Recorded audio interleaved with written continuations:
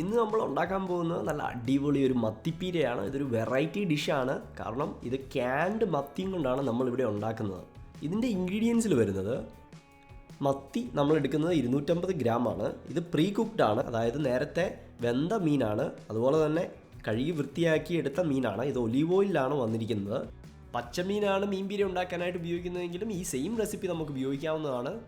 1/2 teaspoon കടുക്, 1/4 teaspoon ഉലുവാപ്പൊടി, 1/2 teaspoon മഞ്ഞൾപ്പൊടി, പച്ചമുളക് 3-4 എണ്ണം, ഇത് ആവശ്യത്തിന് നമുക്ക് എടുക്കാവുന്നതാണ്. കരിവേപ്പില 3-4 ഇതള്, ഒരു മീഡിയം സൈസ് സവോള കൊത്തി അരിഞ്ഞത്, കുടംപുളി 3-4 എണ്ണം.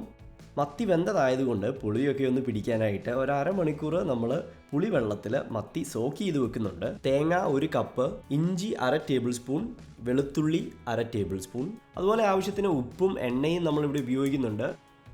ആദ്യം പാൻ ചൂടാൻ വെക്കുക. പാൻ ചൂടായി വരുമ്പോൾ എണ്ണ ഒഴിച്ചു കൊടുക്കാം. 2-3 ടേബിൾ സ്പൂൺ എണ്ണയാണ് നമ്മളിവിടെ ഒഴിക്കുന്നത്. അതിനുശേഷം കടുക് ഇട്ട് കൊടുക്കുക. കടുക് ഒന്ന് പൊട്ടി വരുമ്പോഴത്തേക്കിന് നമുക്ക് എടുത്തു വെച്ചിരിക്കുന്ന വെളുത്തുള്ളിയും കൂടെ ആഡ് ചെയ്ത് കൊടുക്കാം. ഒരു 20-25 സെക്കൻഡ് ഇളക്കിയതിന് ശേഷം നമുക്ക് ഇഞ്ചിയും കൂടെ ഇവിടെ ആഡ് ചെയ്യാവുന്നതാണ്. ഇഞ്ചി ആഡ് ചെയ്തതിന് ശേഷം നന്നായിട്ടൊന്ന് മിക്സ് ചെയ്തെടുക്കുക.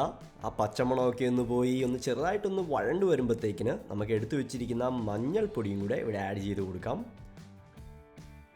അതുപോലെ തന്നെ ഉലുവാപ്പൊടിയും കൂടെ ആഡ് ചെയ്യാം. പിന്നെ നന്നായിട്ട് ഇതൊന്ന് മിക്സ് ചെയ്തെടുക്കാം. ഇതൊന്ന് മിക്സ് ചെയ്ത് കഴിഞ്ഞ് നമുക്ക് എടുത്തു വെച്ചിരിക്കുന്ന സവോളയും കൂടെ ഇവിടെ ആഡ് ചെയ്യാം. നന്നായിട്ടൊന്ന് ഇളക്കി കൊടുക്കുക. ഇളക്കിയതിന് ശേഷം നമുക്ക് എടുത്തു വെച്ചിരിക്കുന്ന പച്ചമുളകും അതുപോലെ കരിവേപ്പിലയും കൂടെ ഇവിടെ ആഡ് ചെയ്ത് കൊടുക്കാവുന്നതാണ്.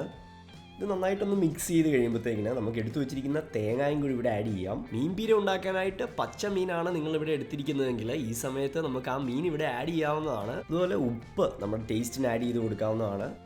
കുറച്ച് നേരം ഒന്ന് ഇളക്കിയെടുക്കുക. അത് കഴിഞ്ഞാൽ നമ്മൾ ഏകദേശം ഇവിടെ ഫൈനൽ സ്റ്റെപ്സിലായി.